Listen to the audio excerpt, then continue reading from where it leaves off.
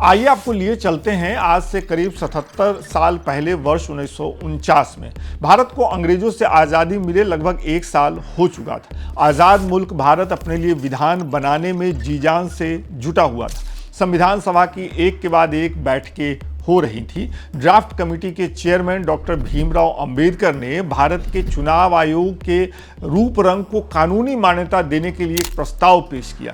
इस प्रस्ताव पर तब जबरदस्त बहस हुई। पहली बार चर्चा हुई कि चुनाव आयोग कैसा होगा, पूरे देश का एक चुनाव आयोग होगा या राज्य और केंद्र के चुनाव आयोग अलग अलग होंगे, चुनाव आयुक्तों की नियुक्ति कैसी होगी, चुनाव आयुक्त अपने पद से हटाए कब और कैसे जा सकते हैं। इस चर्चा के बाद बना भारत का अपना चुनाव आयोग, जिसके कंधे पर देश में साफ सुथरी और पारदर्शी चुनाव करवाने जैसी महत्वपूर्ण जिम्मेदारी डाली गई। पंडित नेहरू तब प्रधानमंत्री थे। उन्होंने पश्चिम बंगाल के मुख्य सचिव, भारतीय सिविल सेवा के अधिकारी सुकुमार सेन को देश का पहला चुनाव आयुक्त नियुक्त किया। लेकिन वक्त के साथ पहले चुनाव आयुक्त सुकुमार सेन को ही एक ऐसा फैसला करना पड़ा जिसकी वजह से लाखों वोट काट दिए गए।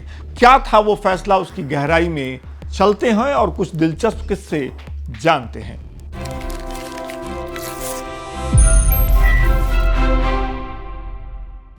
पंद्रह जून 1949 संविधान सभा की बैठक में ड्राफ्ट कमेटी के चेयरमैन बी.आर. अंबेडकर ने आर्टिकल 289 में एक संशोधन पेश किया।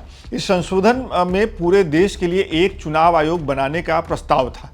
उनके इस प्रस्ताव से पहले संविधान सभा में केंद्र और राज्यों के लिए अलग अलग चुनाव आयोग बनाने की बात हो रही थी। डॉक्टर अंबेडकर के संशोधन में विचार था कि चुनाव आयुक्त को कैबिनेट की सलाह पर राष्ट्रपति नियुक्त करेंगे।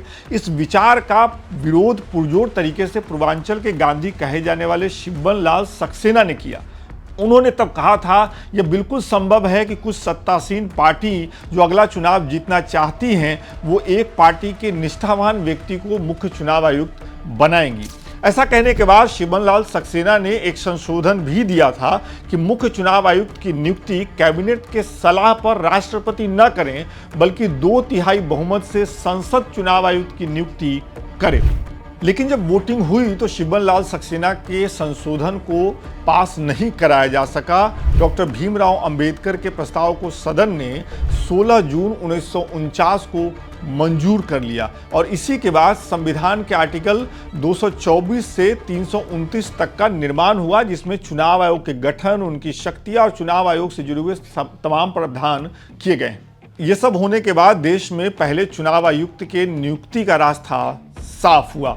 तब पंडित नेहरू देश के प्रधानमंत्री थे, लेकिन वो चुने हुए प्रतिनिधि नहीं थे, लिहाजा उन्हें चुनाव करवाने और चुन के वापस आने की बहुत जल्दी थी।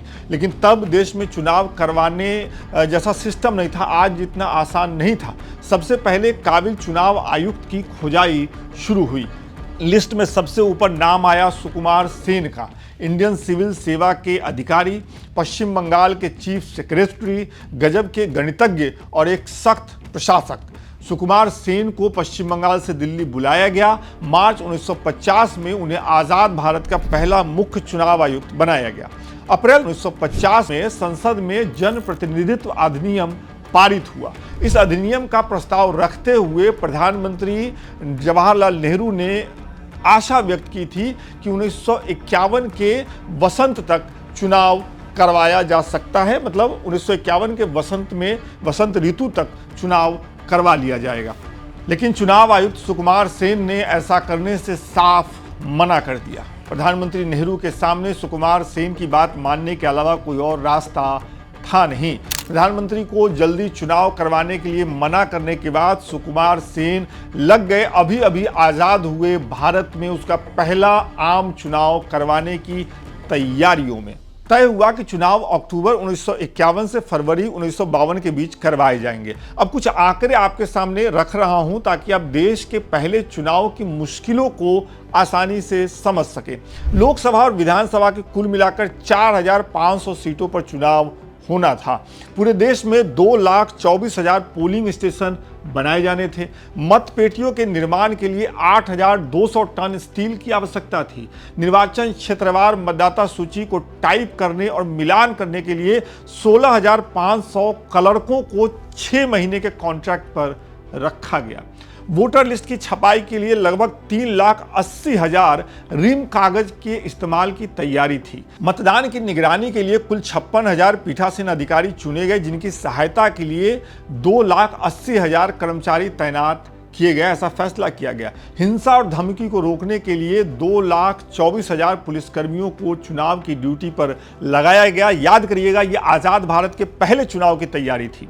तब देश की 17.6 करोड़ आबादी ऐसी थी जिनकी उम्र 21 साल या उससे ज़्यादा थी। मतलब ये सब वोटर्स थे, लेकिन इनका कोई रजिस्ट्रेशन नहीं था, वोटर लिस्ट जैसी कोई चीज़ थी नहीं। सुकुमार सेन ने सबसे पहले देश के सभी योग्य मतदाताओं के रजिस्ट्रेशन का काम शुरू करवाया। वो देश का पहला वोटर लिस्ट तैयार करवाने में लगे हुए थे।